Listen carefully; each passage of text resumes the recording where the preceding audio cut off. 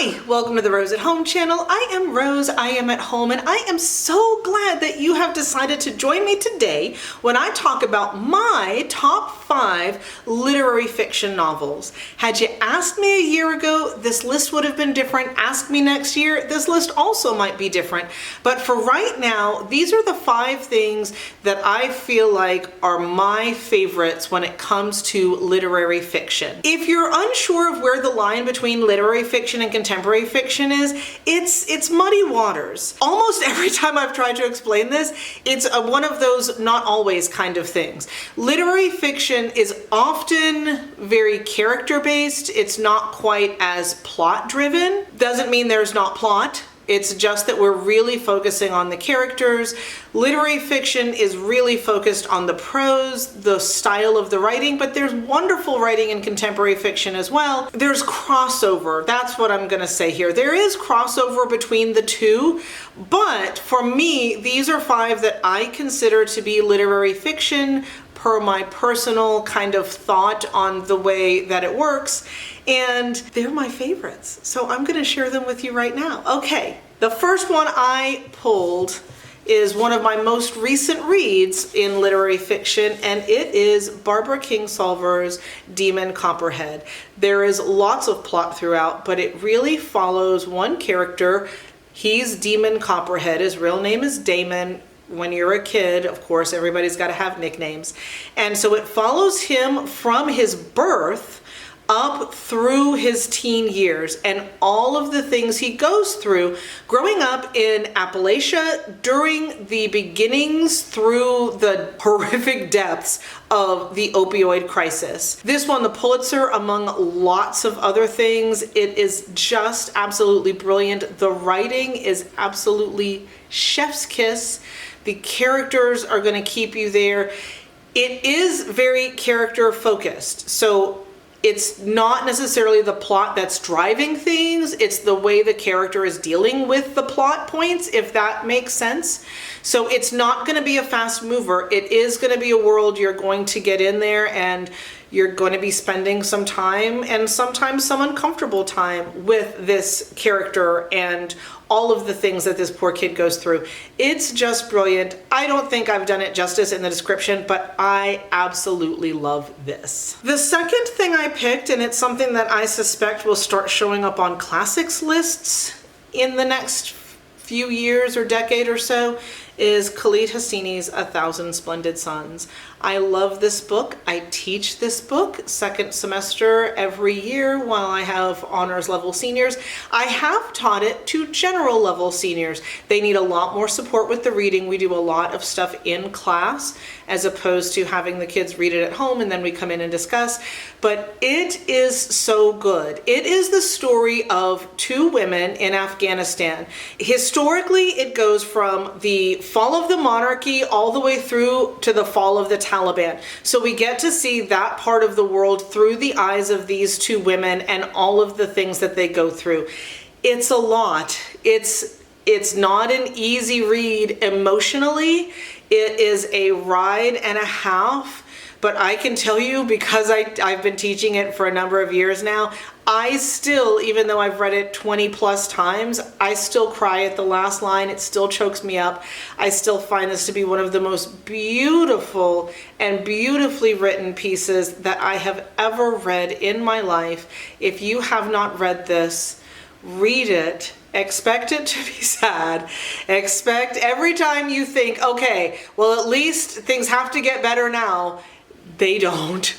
It doesn't. No, it can't. Everything can always get worse, and that's what I warn my students with this one. But by the end of it, they're so glad we read it. I've had so many kids who have told me that this is their favorite book that they have ever read at school, and I love it. And I recommend it to every human on the planet. Y'all all need to read this book. And before you ask, have you read The Kite Runner? The answer to that is no. And I know you're shouting at your screens right now, please don't click out of my video. I am saving it because I know I'm gonna love it as much as this.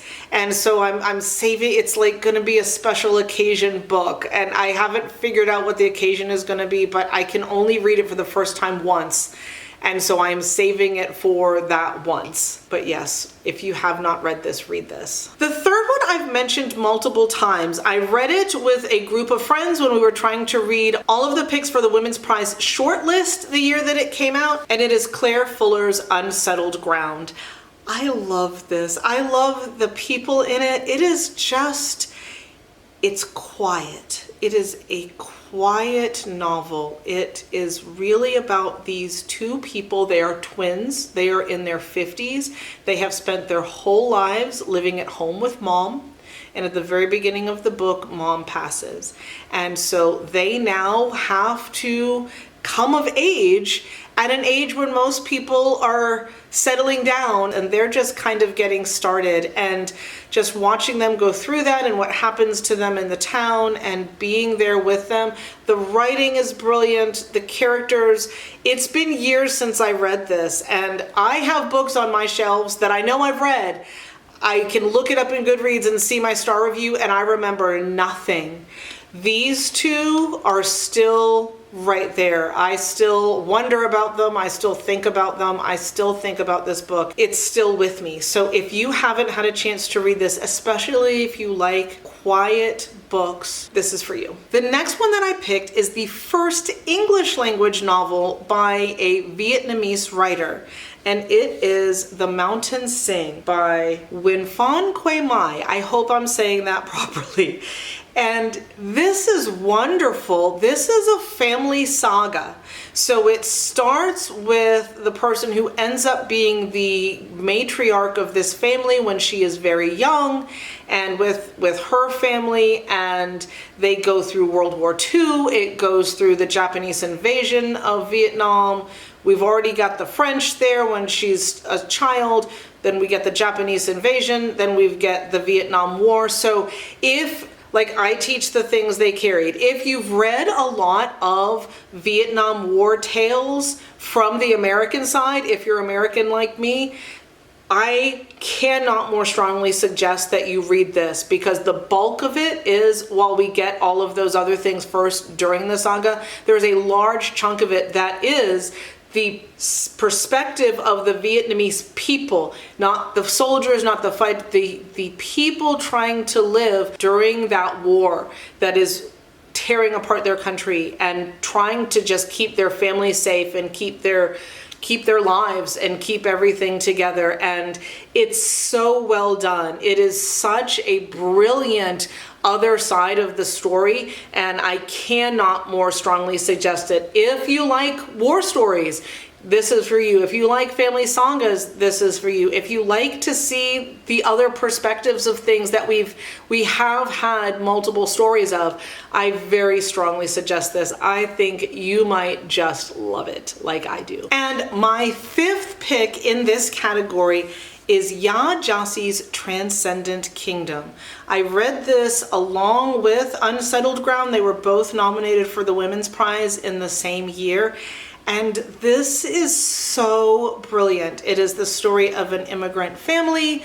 It deals with depression. It deals with substance abuse, which also is in Demon Copperhead. I think we're starting to see some themes in the kinds of things that I like. It is about a young woman who is in her PhD program. She is working so hard to be everything and do everything, to just be that perfect child. Her mother is dealing with severe depression. Her brother had been dealing with substance abuse problems, and she is just trying to hold everything together. And it's so good. It's absolute, and the cover is beautiful. I'm not sure if you can see it, but the cover is beautiful. The book is beautiful. The writing is beautiful. It's sad. It's heavy, but it's just so well done, and I cannot more strongly suggest that you give this one a go if you haven't yet. It's so wonderfully good. Okay, well, that was short and sweet, and I hope that you greatly enjoyed it. If you're interested in some of my other top fives, I am going to link, and it's gonna be over here, I think, my top 5 mysteries that you can watch that one right after this video. And in the meantime, I really, really hope that you have an amazing rest of your week and that you get to read some really great books. Bye, y'all.